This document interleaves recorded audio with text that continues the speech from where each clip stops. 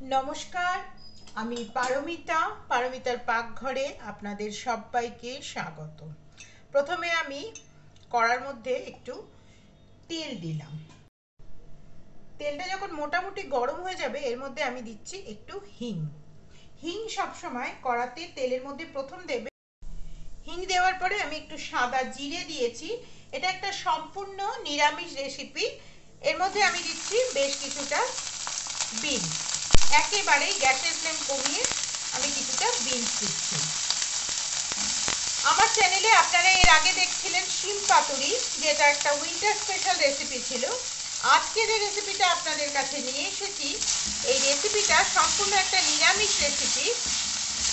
এটা মূলত কর্ণাটকের উইন্টার স্পেশাল রেসিপি। এটার নাম হচ্ছে বিনস পালিয়া, যেটাকে আমরা বাংলাতে বললে হবে বিনসের হালকা করে তরকারি। এর মধ্যে আমি দিচ্ছি সামান্য একটু হলুদের গুঁড়ো, সামান্য একটু, খুব সামান্য পরিমাণে একটু লঙ্কার গুঁড়ো, আর সামান্য পরিমাণে একটু ধনের গুঁড়ো, আর দিচ্ছি এর মধ্যে সামান্য পরিমাণে একটু সল্ট।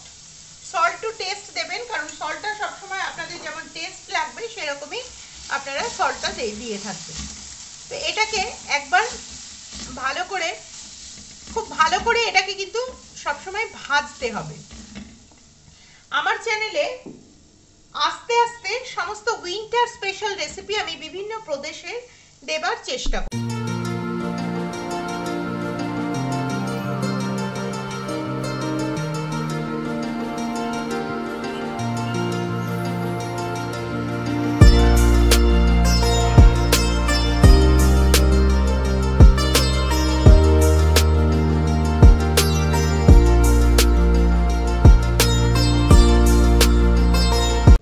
মশলা তৈরি করে নেব। মশলা তৈরি করার জন্য এখানে আমি দুটো দারুচিনি নিয়ে এসেছি, এর সাথে দুটো আমি লবঙ্গ নিয়ে এসেছি, এরপরে এর সাথে দিচ্ছি দুটো শুকনো লঙ্কা, আর দিচ্ছি 1 চামচ কালো সর্ষে, দিচ্ছি এখানে দিচ্ছি একটু মোটা মোটা করে কাটা নারকেল। এই সমস্ত কিছু দিয়ে আমি একবার প্রথমে বেটে নেব।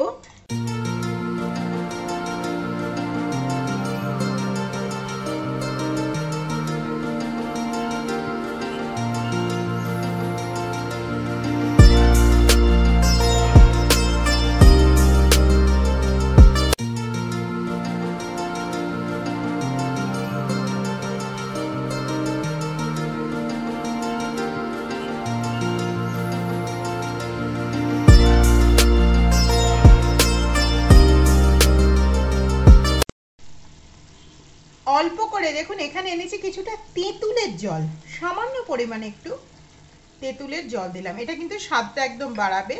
আপনারা যদি তেঁতুলের জল না দিতে চান, অথেন্টিক ভাবে রান্না করলে এটার মধ্যে কিন্তু তেঁতুলের জলই দেয়া হয়ে থাকে।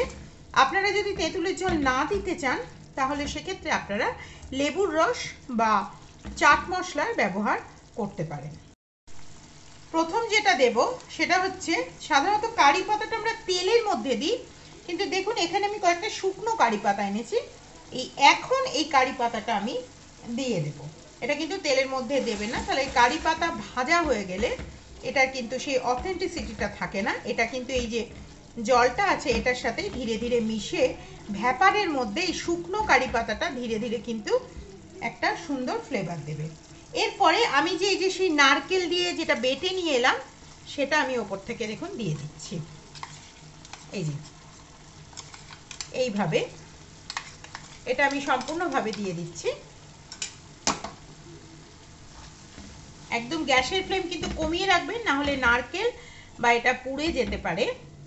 এটা গরম ভাতে কিন্তু অসম্ভব ভালো একটা স্বাদ দেবে। আর এর উপর থেকে আমি দিচ্ছি একটু, এটা হচ্ছে আমরা যে শুকনো বাদাম খাই, সেই ভাজা বাদাম, সেই ভাজা বাদামের এটা হচ্ছে গুঁড়ো। এই দুটো জিনিস দিলে কিন্তু এই খাবারটা দেখুন জলটা 1 মিনিটেই টেনে গেল, এবং এটা দিলে কিন্তু এর একটা অন্যরকম একেবারে স্বাদ হয়। এবারে আমি এটা দিয়ে একদম একটু একেবারেই অথেন্টিসিটি বানানোর জন্য সামান্য পরিমাণে তাওয়া আপনারা চাইলে বার্নার দিয়ে রান্না করতে পারেন। আবার বলছি অথেন্টিক রান্না করার জন্য কিন্তু তাওয়া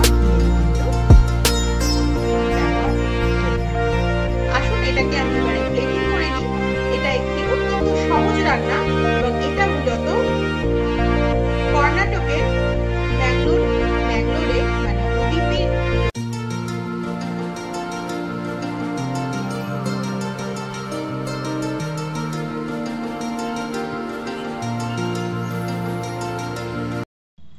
এর ওপর থেকে আমি সামান্য একটু ধনেপাতা দিয়ে দিচ্ছি।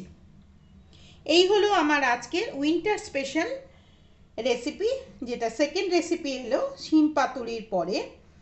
এটা হলো কর্ণাটকের রেসিপি বিনস পল্লিয়া। আশা করছি আজকে আমার এই রেসিপিটা আপনাদের ভালো লেগেছে। তবে আজকে এ পর্যন্তই, আবার ফিরছি আগামীতে অন্য আরেকটা নতুন রেসিপির সঙ্গে।